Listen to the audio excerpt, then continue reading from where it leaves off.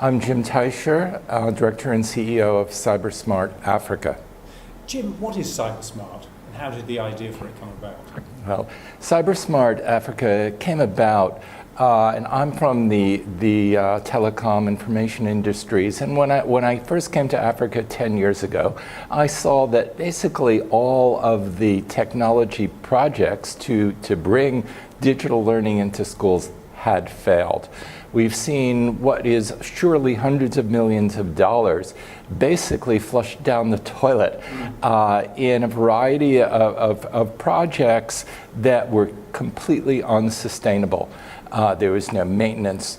There was no ability to serve schools without electricity. 2/3 of the schools don't have electricity in sub-Saharan Africa, and substantially more of the classrooms actually don't have electricity. So what was your solution to these challenges? So our solution was, and more than that, the problem has to do with that most of the equipment that has been brought in, purchased, donated was never developed for this market.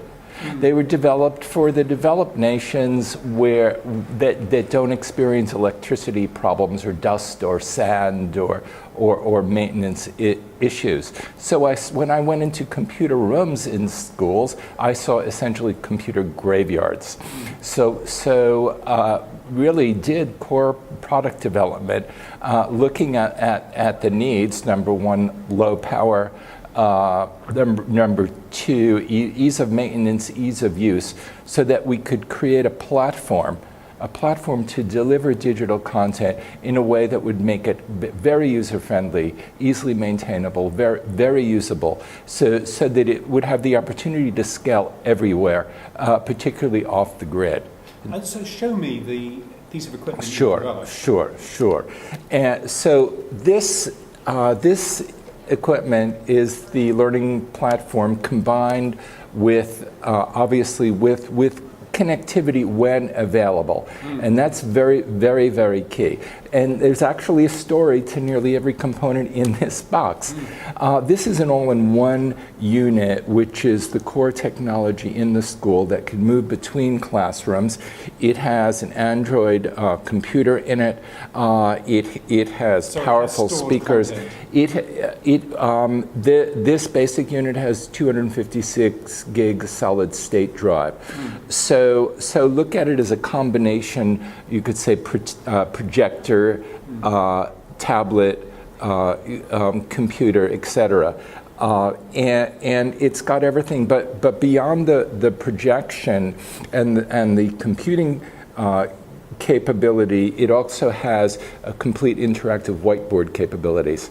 So you can turn it on and literally touch the projected image. You know, one of the biggest, I think, blockages to bringing telecom services is simply that we don't have a platform when you think of it that's cost effective, and that's really, really key. When we talk about information poverty, I think that means there's also an information market, and that's what we're aiming. You mentioned cost.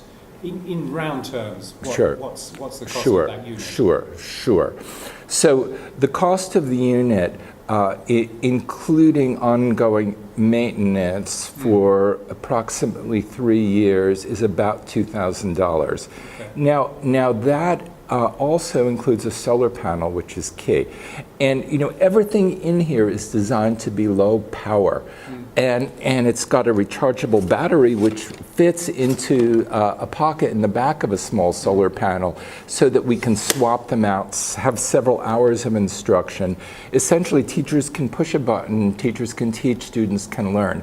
And we need to get the technology out of the way, I think, in order to bring technology into sub-Saharan Africa, which is the challenge, but it's very, very doable.